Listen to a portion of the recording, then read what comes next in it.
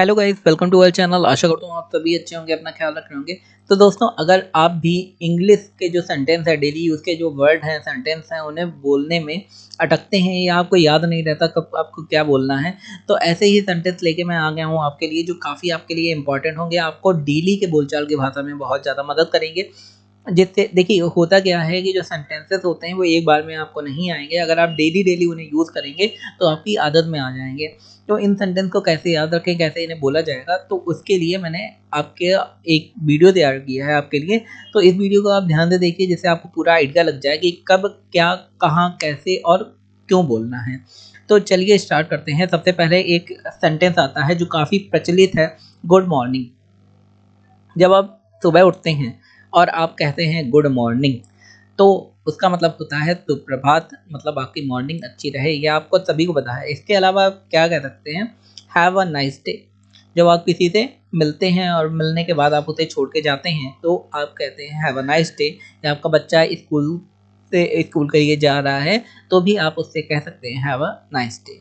या आप घर पे यूज़ कर सकते हैं, ऑफिस में यूज़ कर सकते हैं। इसके अलावा गुड मॉर्निंग के अलावा क्या होता है, गुड आफ्टरनून जो दोपहर में बोलते हैं, और गुड इवनिंग जो शाम को बोलते हैं, और गुड नाइट तभी बोलते हैं जब हम लोग सोने जा रहे होते हैं। उसके पहले लोगों को कंफ्यूज हो जाता है, गुड इवनिंग कब बोले, कुछ गुड नाइट कब बोलें। गुड नाइट हम लोग 9 बजे भी नहीं बोलेंगे, जब आप सोने जा रहे होंगे तभी आप गुड नाइट बोलेंगे, उसके पहले आप गुड इवनिंग ही बोलेंगे। आगे देखते हैं, दूसरा है sentence how are you today.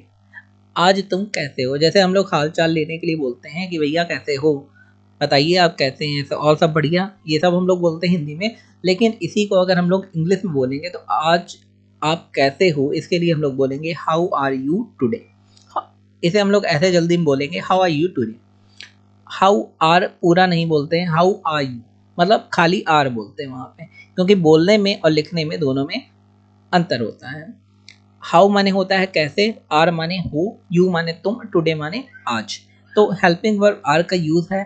Tense कौन सा है, प्रेजेंट कॉन्टिन्यूअस टेंस का यूज करना है। आगे, आपका नाम क्या है, इसके लिए हम लोग यूज करेंगे what is your name, means आपका नाम क्या है। इसके अलावा और भी जनरल तरीके से अगर आपको कहना है, अच्छे तरीके से कहना है, तो व्हाट्स योर गुड नेम, मतलब आपका नाम क्या है। गुड नेम हम लोग लगाते हैं कि शुभ नाम के लिए, जब आपको पूछना है आपका शुभ नाम क्या है तो व्हाट्स योर गुड नेम, तब हम लोग गुड नेम का यूज़ करते हैं। तो आप वैसे भी पूछ सकते हैं, जैसे आप लोग स्कूल में जाते हैं तो आपसे पूछा जा सकता है व्हाट्स योर गुड नेम, तो आपको पता होना चाहिए।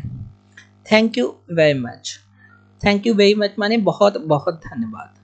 जब आपका कोई हेल्प कर देता है, आपकी कोई मदद कर देता है, तो आप लोग बहुत बहुत धन्यवाद, आजकल कोई नहीं कहता थैंक यू, तो सब कहते हैं, लेकिन आपकी अगर ज़्यादा मदद हो गई तो आप थैंक यू वेरी मच मतलब बहुत धन्यवाद कह सकते हैं। आगे देखते हैं, please wait for a movement. Movement माने होता है कुछ क्षण के लिए, कुछ समय के लिए। प्लीज़ कब लगाते हैं, जब किसी से रिक्वेस्ट कर रहे होते हैं। जब हम लोगों को रिक्वेस्ट करना होता है, भाई जब आपका काम होगा तब आप दूसरे से रिक्वेस्ट करेंगे, और रिक्वेस्ट करने के लिए क्या लगाएंगे हम लोग, प्लीज़। प्लीज़ माने होता है कृपया, एक क्षण प्रतीक्षा करें या कुछ क्षण प्रतीक्षा प्रतीक्षा करें। तो please wait for a moment, थोड़ी देर के लिए वेट करें या थोड़ी देर के लिए प्रतीक्षा करें। तो जैसे आप कहीं जा रहे हैं और आपको थोड़ा टाइम हो रहा है तैयार होने में, टाइम लग रहा है, तो आप क्या कहेंगे अपने फ्रेंड से या दोस्त से या घर वालों से, please wait for a moment. या आप कह सकते हैं please wait for a moment for me. Excuse me, can you help me. Excuse me माने क्या होता है, क्षमा करें। अब आप कहेंगे बिना फालतू हम लोग क्षमा करें क्यों कह रहे हैं जब कुछ हुआ ही नहीं है। क्योंकि कोई बंदा कुछ काम कर रहा है, कहीं कोई कहीं जा रहा है, अगर आप उसे रोक रहे हैं या उसे डिस्टर्ब कर रहे हैं, तो अपनी बात कहने से पहले ही आप कह देते हैं एक्सक्यूज मी, मेरी तरफ ध्यान दें या मुझे क्षमा करें। कैन यू हेल्प मी, क्या आप मेरी मदद कर सकते हैं। तो क्या आप मेरी मदद कर सकते हैं, इसको कैसे बोलेंगे, can you help me. Simple सा वर्ड है, आप सभी को आता होगा, आप सभी यूज भी करते होंगे। स्कूल में आपको, आप पढ़ा रहे हैं या आप बच्चे हैं, आप पढ़ रहे हैं, टीचर से आपको टीचर से पूछना है मुझे समझ में नहीं आया, आप दोबारा समझाइए। तो आप कह देंगे आई डोंट अंडरस्टैंड, मुझे समझ में नहीं आया। अंडरस्टैंड की जगह आप गेट का भी यूज़ कर सकते हैं, उसका मतलब भी यही होता है मुझे समझ में नहीं आया।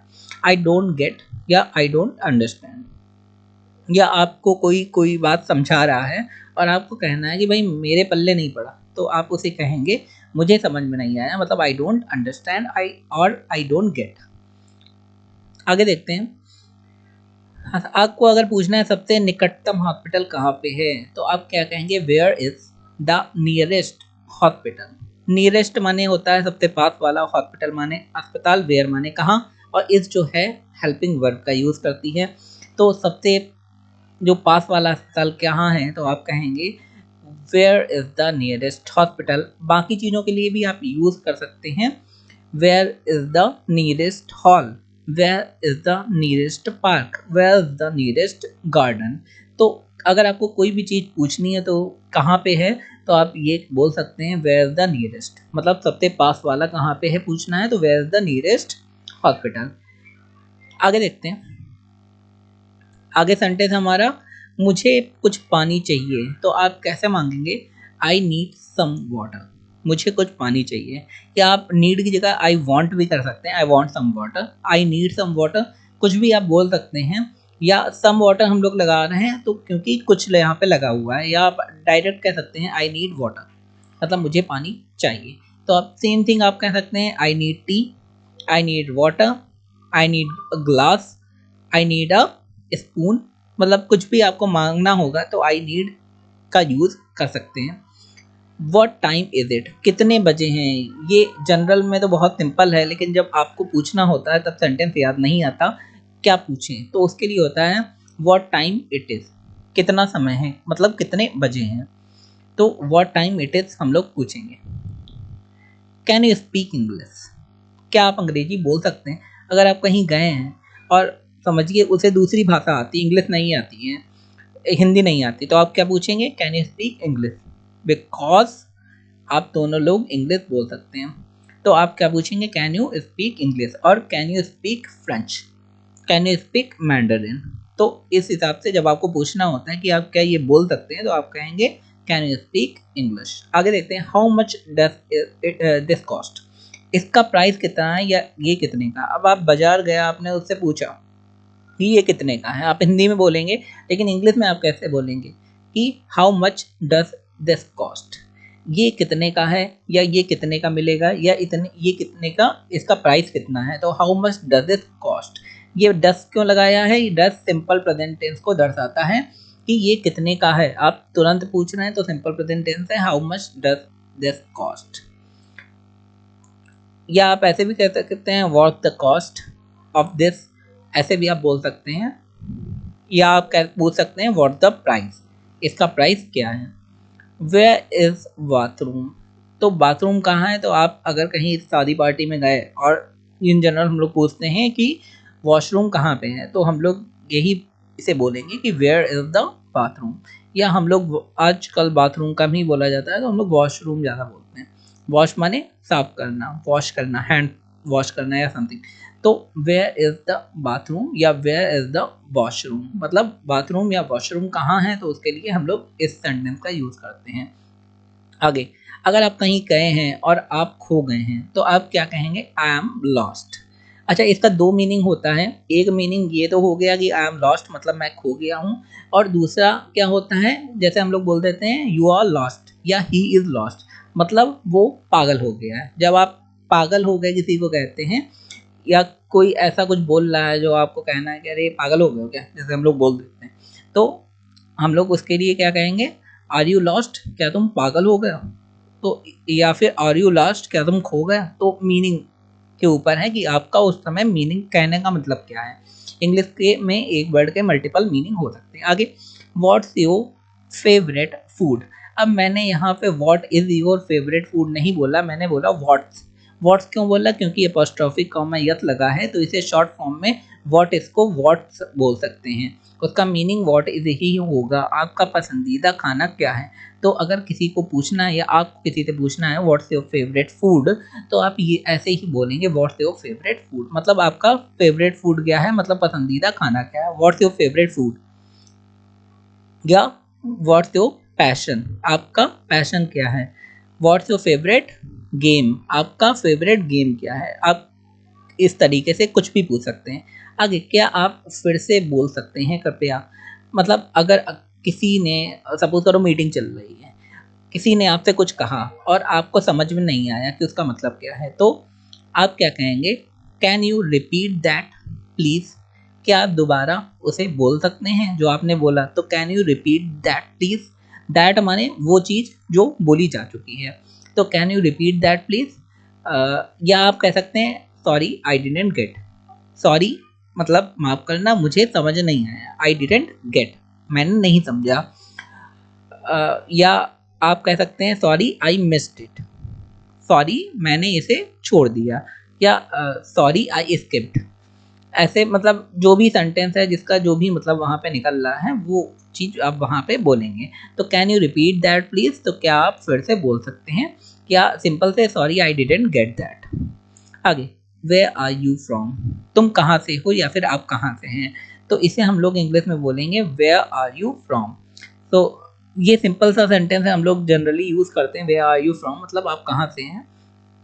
सेकेंड थिंग आप बोल सकते हैं वेयर यू बिलोंग, मीन्स आप कहाँ से बिलोंग करते हैं, मतलब आप कहाँ से हैं। तो दोनों करेक्ट हैं, वेयर आर यू फ्रॉम और वेयर यू बिलोंग, मतलब आप कहाँ से संबंधित हैं। बिलोंग माने संबंधित होना। आज बहुत गर्मी है, it is very hot today. ये जनरल हम लोग सेंटेंस यूज़ करते हैं। It is very hot today या it is very cold today, मतलब आज बहुत ठंड है, आज बहुत गर्मी है, तो it is very hot today. या बरसात हो रही है तो हम लोग कहेंगे इट इज़ रेनिंग टुडे, मतलब आज बरसात हो रही है। या वर्षा बहुत तेज हो रही है तो हम लोग क्या बोलते हैं? It is raining heavily. Heavily माने बहुत तेज, इट इज़ रेनिंग हैवली। तो ये आप बोल सकते हैं। आगे देखते हैं, आपका फ़ोन नंबर क्या है? जैसे इन जनरल हम लोग पूछ देते हैं फ़ोन नंबर के बारे में, तो हम लोग क्या कहेंगे? What's your phone number, means आपका फ़ोन नंबर क्या है? तो what's your phone number, could you please give me, या could you please provide me, और could you please ask me. तो जब हम लोगों को पूछना है कि आपका फ़ोन नंबर क्या है, तो हम लोग बोलेंगे व्हाट्स योर फ़ोन नंबर, क्या could you please provide me, या could you please give me, क्या आप मुझे वो दे सकते हैं जो आपका फ़ोन नंबर है। या अगर आपको एड्रेस पूछना है तो आप कहेंगे व्हाट्स योर एड्रेस, मतलब व्हाट्स योर सेम रहेगा, आगे वाला चेंज कर देंगे जो भी आपको पूछना होगा। आगे जब आपका पूरा बात हो जाती है आपकी पूरी और आप चलने लगते हैं, तो आप क्या कहेंगे? हैव अ नाइस डे, आपका दिन शुभ रहे। हैव अ नाइस डे, और यहाँ पे एक्सक्लेमेटरी मार्क है क्योंकि ये सेंटेंस पूरा हो चुका है। हैव अ नाइस डे, यहाँ पे अगर आपका सेंटेंस कंप्लीट हो रहा है तो आप एक्सक्लेमेटरी मार्क लगा सकते हैं। हैव अ नाइस डे, आपका दिन शुभ रहे। तो दोस्तों ये थे आज के हमारे डेली यूज़ के सेंटेंस। आई होप आपको वीडियो अच्छा लगा होगा, इन्फॉर्मेटिव लगा होगा। अगर लगा है तो हमारे चैनल को लाइक शेयर सब्सक्राइब करना ना भूलें। आपका दिन शुभ रहे। धन्यवाद।